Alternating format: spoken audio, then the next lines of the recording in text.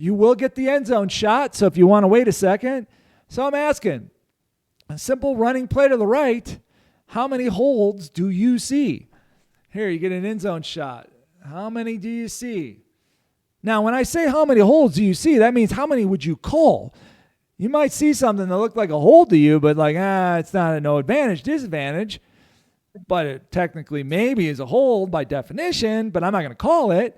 So I want to know how many you would call. How many do you see? How many you would call? All right. What do you got? How many did you see? I just saw one. The right guard on the linebacker. You saw one. All right. So Second level. Mike has one. Bill, how many did you see? Yeah, I thought I had two. Both of them going to the, one where up the middle there, I think the center of the right guard.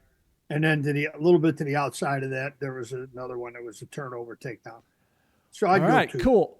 So that's what you have. Let's show our results and let's see where we're at. Oh, this is a good one. So I've got 50%, 56 said 1, 33 said 2, and then 11% said 3. All right, so now when we're looking at a play like this, we have to break it down. And angles matter on plays like this. They really do. Let's walk it through. All right, got the motion man. Now it's a pitch. So we've got what looks to possibly, we've got an engagement here that looks suspect. Even this one looks a little suspect. This one we're probably not going to worry about because it's backside. One up here, and even one downfield. So you got a lot of stuff going on here to look at. So they got a player who just went down there. I don't know if you saw that. You got this player who just went down. All right, that's one. That's just something to keep an eye on. And now you got another player that just went down. I don't know if you saw it right there. It was right there, player that just went down. How did they get on the ground? We want to know that. And then it doesn't look like much else after that. Now, angles do matter because when we look at it from the end zone shot, and look, this is a game for Minnesota, and what they do, they have the umpire in the backfield. So you've got an umpire here, and you've got your referee there. Okay, so now who's looking at what? That's the big question. So if I am the umpire, I've probably got this. I probably don't have this right now. I'm hoping that the backside wing has this because the ball is going away. I'm probably looking at this. If I'm the referee, I'm probably looking at this. And if hopefully my wings are going to have here. At least now, we can move through this, by the way. It doesn't have to stay the same throughout based off of what's going on. All right?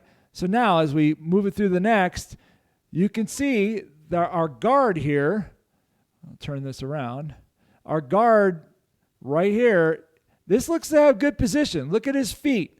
He's got good feet. He's in good position at this time, and I don't see a grab and restrict at the moment. His hands are inside from this, and his feet, he's in the proper position. We're looking at where he's at. This is one who's going to look at, hopefully the back judge is seeing this, or our referee now might have moved to this block, and now our umpire is still concentrating here on the backside as we move through. Okay, so now so you've got that takedown there, okay, right here. But is it a takedown or if it's just an overpower? But at this point, it doesn't matter because he was in the proper position when the point of attack mattered. When it mattered, he had proper position. So don't get fooled by that because at this point, and it's even though the player goes down, we have to ask ourselves, was it just an overpower situation or did he tackle him? It doesn't necessarily look like it from this angle that it was a tackle. It looks like he pushed him to the ground. All right, so now moving on our other blocks. So we've got this block now, this block, which is a double team.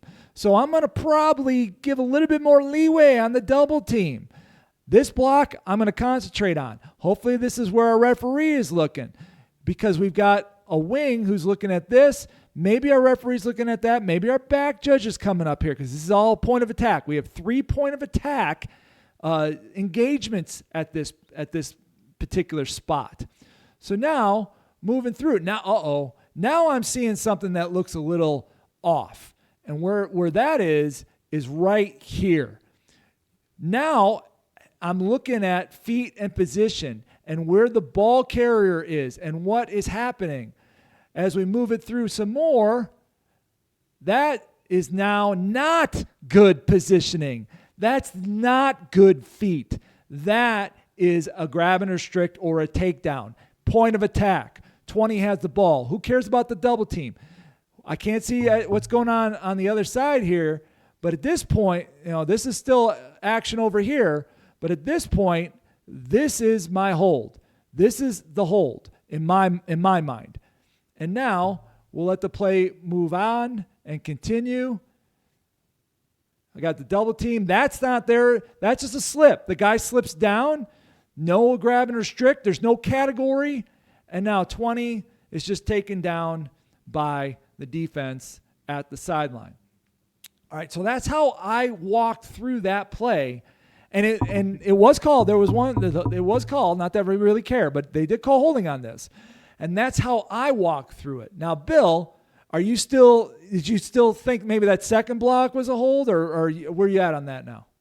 Yeah, I'd say it was that first block that he did have good feet, and I'd say it was just that he overpowered him straight back.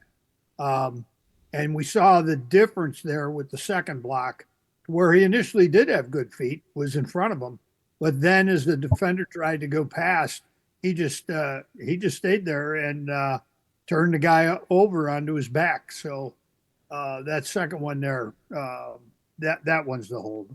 Yeah, that's the call. I think that's the one that if you're gonna have one on this one, you definitely want to grab that one for sure. Mike, same thing, right? That's the one you saw, correct? Yeah, and I think this is a great way to analyze this play because we freeze and look where are the matchups, and then we freeze again to see, okay, now where have we shifted our vision? And doing video review this way trains you to go matchup to matchup to matchup as the play develops. We can't stick on a play. Once we've ruled that's clean, we got to get off it. We got to get to the next matchup. Because if we stay on that overpower too long and watch him go to the ground, we miss the next block in. Well, and that's the whole point of this, is to show how you have to move. You're not always the same. We talk about this 100 billion times here, keys and priorities at the snap and blah, blah, blah. And that was my guy. We should never hear that. That's not my guy. It's I have initial priority at the snap, and I'm able to adjust and officiate the play. I officiated the play, and this is not fishing out anybody else's pond. This is moving to the point of attack based off of what position you are working on the field and what is the best engagement for you to look at based off of that position. Now, I believe the referee is the one who got this, not the line of scrimmage official, because the line of scrimmage official's got another engagement. Maybe the back judge could have gotten it, but that's a reach for the back judge. If our umpire, or if our referee doesn't get it and our back judge does, this is a good crew save. Even if our umpire gets it coming around from the back, another good pickup by the umpire would be a crew save. But we're able to move one to the other and catch these blocks.